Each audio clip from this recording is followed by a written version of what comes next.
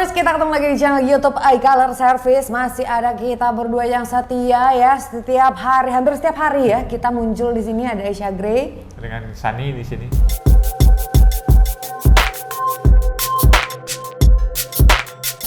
Dan kalau misalkan tiap kali kita nyuruh komen gitu ya, banyak banget nih yang nanya terkait dengan Face ID, permasalahan-permasalahan Face ID. Nah, kalau di video sebelumnya kita udah bahas tentang Face ID itu apa sih, terus juga fungsinya apa aja, kegunaannya apa aja. Terus juga kalau misalkan Face ID-nya rusak, cara handle-nya seperti apa. Nah, tapi banyak banget yang nanya, kira-kira kalau misalkan permasalahannya di A, Face ID-nya rusak nggak ya? Permasalahan di B, Face ID-nya rusak nggak ya?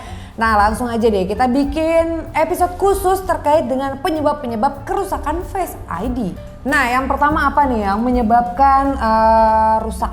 Ya, pertama paling sering itu kena air ya. Namanya kena air itu bisa masuk dari mana aja. Apalagi kita pas pembelian unitnya kita nggak tahu nih sebelumnya beli dari baru apa second. Kalau ketahuan second, nah itu ada kemungkinan berservisan. Jadi anti airnya mungkin udah hilang atau gimana.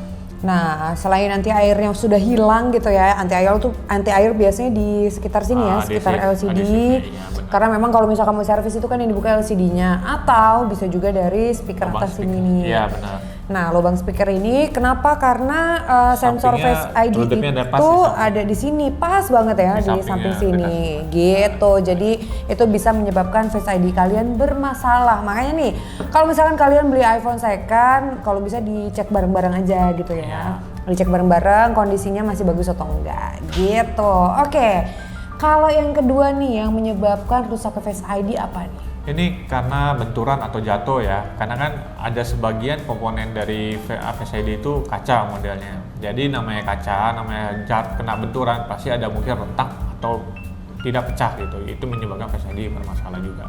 Nah, apalagi kan kalau misalkan kita pakai casing nih ya, kalau pakai casing itu kan casing di belakang, nggak mungkin dong casingnya di depan. Nah, terus kalau misalkan jatuh, itu pas jatuhnya di depan atas sebelah sini pecah, nah, itu bisa ataupun terbentur gitu ya ke meja bagian atasnya, nah itu juga bisa mengakibatkan dalamnya pecah. Jadi harus hati-hati ya. Tapi kalau misalkan nih terbentur jatuh, LCD-nya nggak apa-apa, tapi mungkin nggak yang di dalamnya malah yang rusak. Bisa jadi karena kan bahan TrueDepth itu dari kaca ya sensornya, jadi ada kemungkinan kalau dia retak biasanya menyebabkan masalah. Gitu. Jadi hati-hati ya kalau misalkan pakai iPhone, terutama iPhone seri 10 ke atas, kalau misalkan jatuh, terutama jatuhnya di bagian atas, nah ini harus dicek banget nih, ini kena nggak nih TrueDepth-nya, misalkan pas dibawa ke tempat servis gitu ya.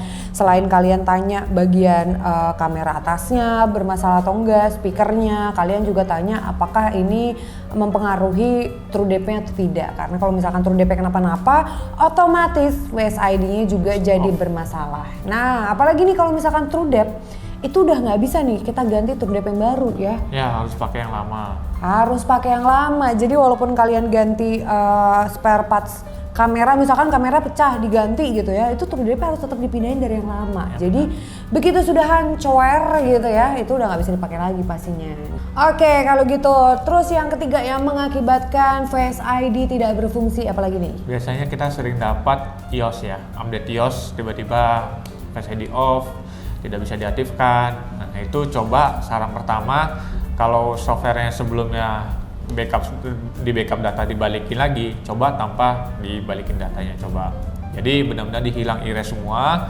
Setelah di erase, coba dicek lagi Face ID masih bisa atau tidak. Ketika dia sudah bisa, baru coba kita restore lagi data, balikin lagi. Gitu. Oke, nah apalagi nih kalau misalkan kalian beli iPhone second gitu ya, iPhone second kita nggak pernah tahu kondisi seperti apa.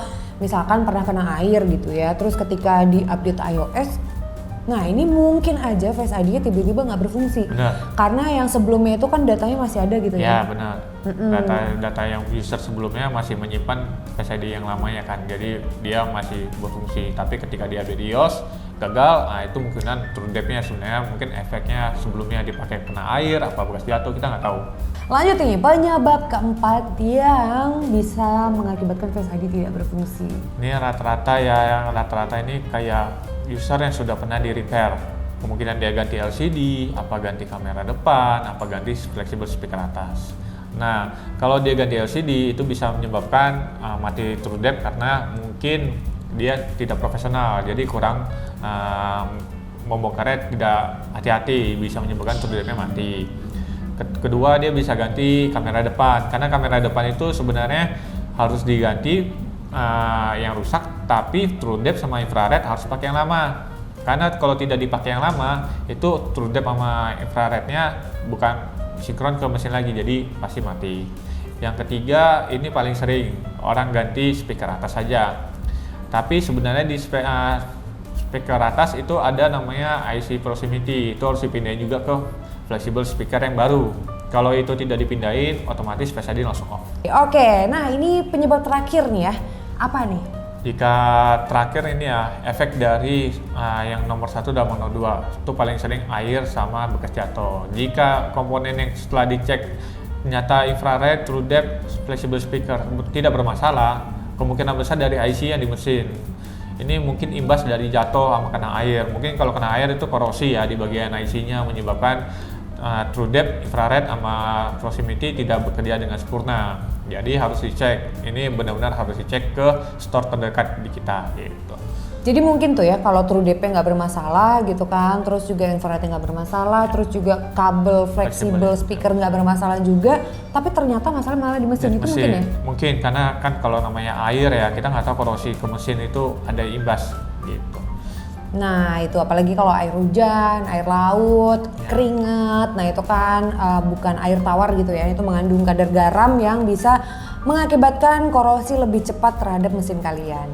Oke, kalau gitu itu dia tadi ya, ini 5 penyebab yang bisa mengakibatkan Face ID kalian tidak berfungsi. Dan buat kalian yang belum nonton nih video-video sebelumnya, kita udah bahas tentang Face ID ya, seperti di awal video kita udah jelasin ya, ada beberapa video. Bagian-bagiannya. Benar, langsung aja klik di sini nih, link di sini. Jadi makin jelas lagi terkait dengan Face ID. Oke, sekian dulu video kali ini. Sampai ketemu lagi di video berikutnya. Terima kasih untuk kalian yang sudah menonton. Kalau belum jelas, langsung tulis kolom komentar di bawah. Nanti kita kasih penjelasan lagi. Kalau singkat, langsung dibalas sama admin. Kalau belum, kita akan bikin restore aja gitu. Oh nggak, ke store aja. Oh kalau nggak ke store aja, tanya langsung, enak tuh langsung benar, ya. Di sini ada teman-teman kita langsung tanya, bakal dijawab dengan senang hati. Sekian dulu video kali ini, jangan lupa untuk yang belum subscribe sekarang juga. Karena kalau enggak, kalian ngasih pertanyaan di kolom komentar, nggak akan tahu jawabannya, ketinggalan nanti ya. Ketinggalan udah kepotong-potong sama video berikutnya. Sekian dulu video kali ini, sampai ketemu lagi, bye followers.